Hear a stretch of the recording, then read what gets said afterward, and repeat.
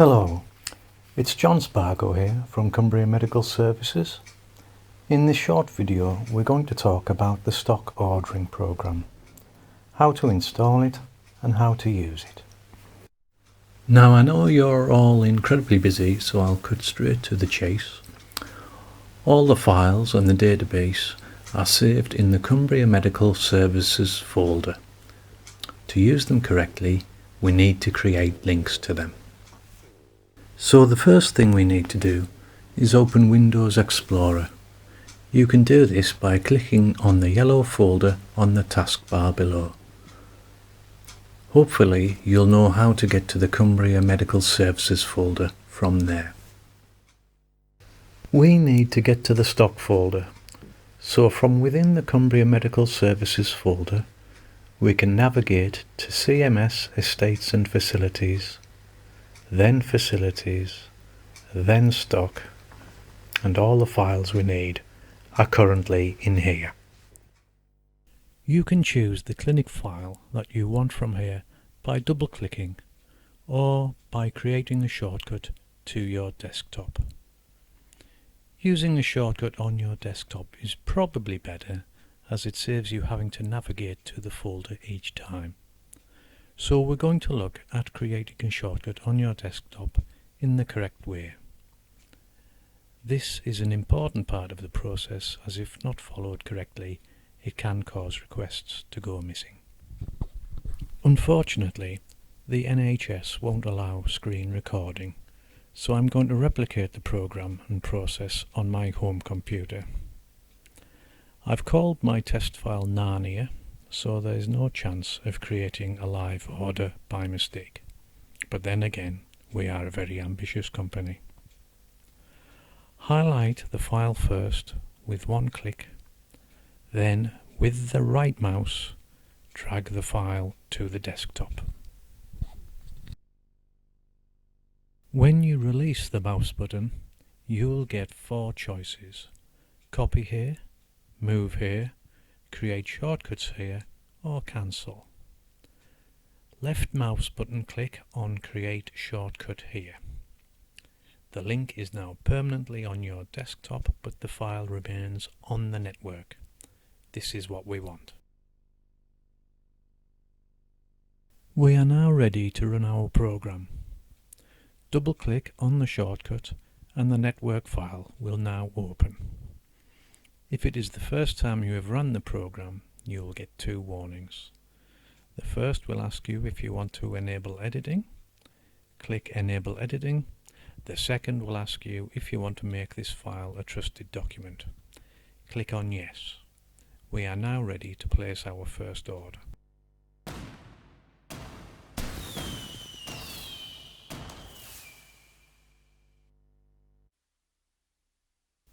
So I'd like now to have a very quick chat about a common issue, which I will address in the very near future, and that is people in the email list.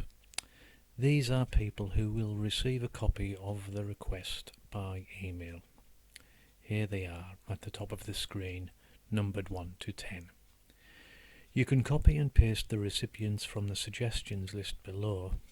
However, Microsoft tries to be clever and will try to create an email if you click on them. So copying them using keyboard commands is the safer way to do it. Ctrl-C to copy and Ctrl-V to paste. They must be entered into starting slot 1 and then next directly underneath. No gaps. Okay, enough warnings. Now let's get down to business. To create a stock request, make sure you're on the Request Form tab and click on the New Stock Request button. Excel will go off and load the latest stock counts and box quantities, and then produce a form ready for you to choose your required stocks. So, we're ready to add our first product. How do we find it? Well, the program is written in a way that it will search for all products for matching text in the Select Items box once 3 or 4 letters have been typed in. What does that mean? Well, if we want a roll of blue aprons, traditionally they would appear alphabetically in a drop-down list. However, unless you know the exact name, would you scroll down to the R's for roll, B's for blue, or A's for aprons? In a list of over 400 products, it could take a while to find. But if we type in BLU, it will automatically show all products with BLU in the title somewhere.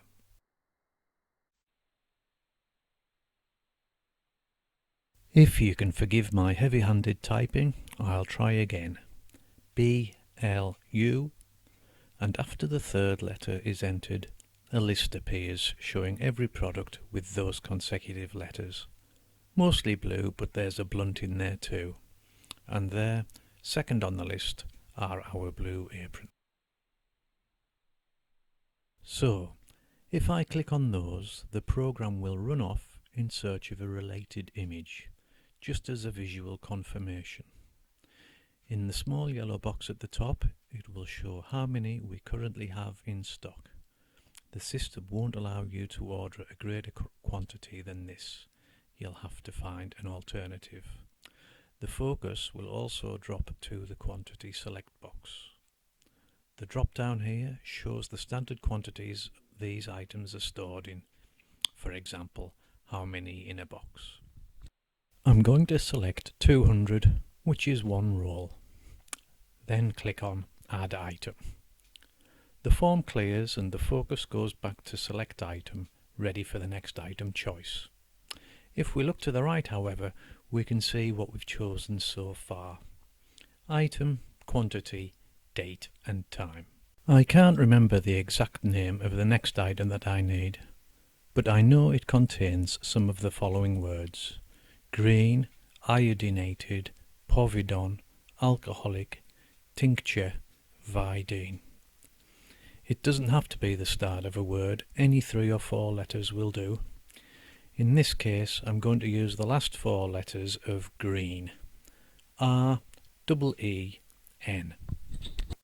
You may have noticed there that as soon as I typed in R-E-E, lots of products appeared with free in the title. Once I added the N, however, they disappeared and the list was shortened. I now have the item that I want. I don't have to choose the recommended quantities. In this case, I only need one. Also, it isn't for the Narnia office. Abigail told me she's needed one for Keswick, so I'm adding it now while it's fresh in my head. She also told me she'd collected from head office herself, so I'll mention that in the additional comments so that it is left out for her.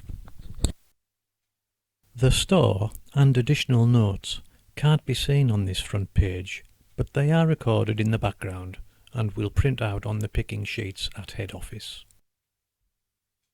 OK, I've added another product, and now I need some biscuits.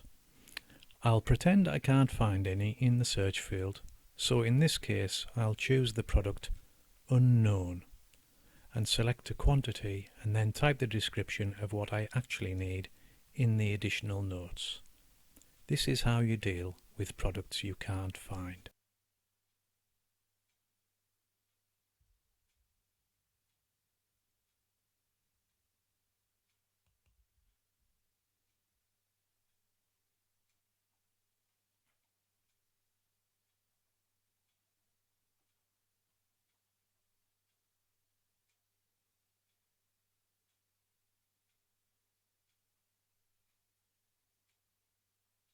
And there we go. Our precious biscuits are now ordered, but marked down as an unknown. But they are recorded in the background as biscuits.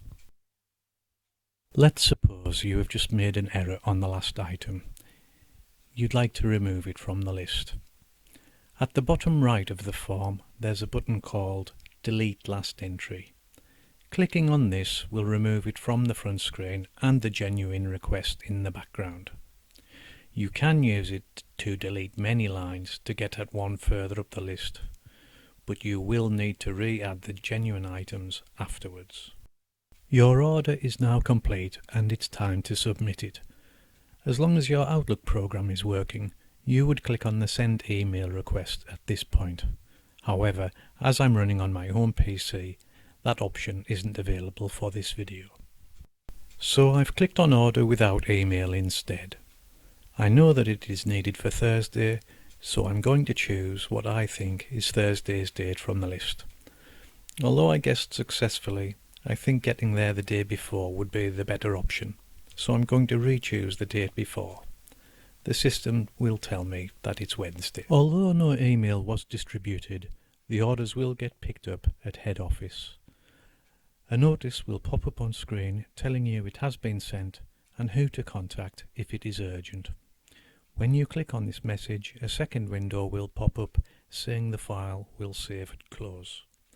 It is important to close these files when finished with them.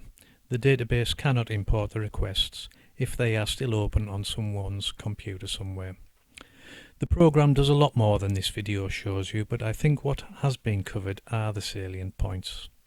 Good luck, and don't be afraid to call if you are unsure. Also, comments on how to improve the system are more than welcome, so don't be shy in coming forward. Thank you.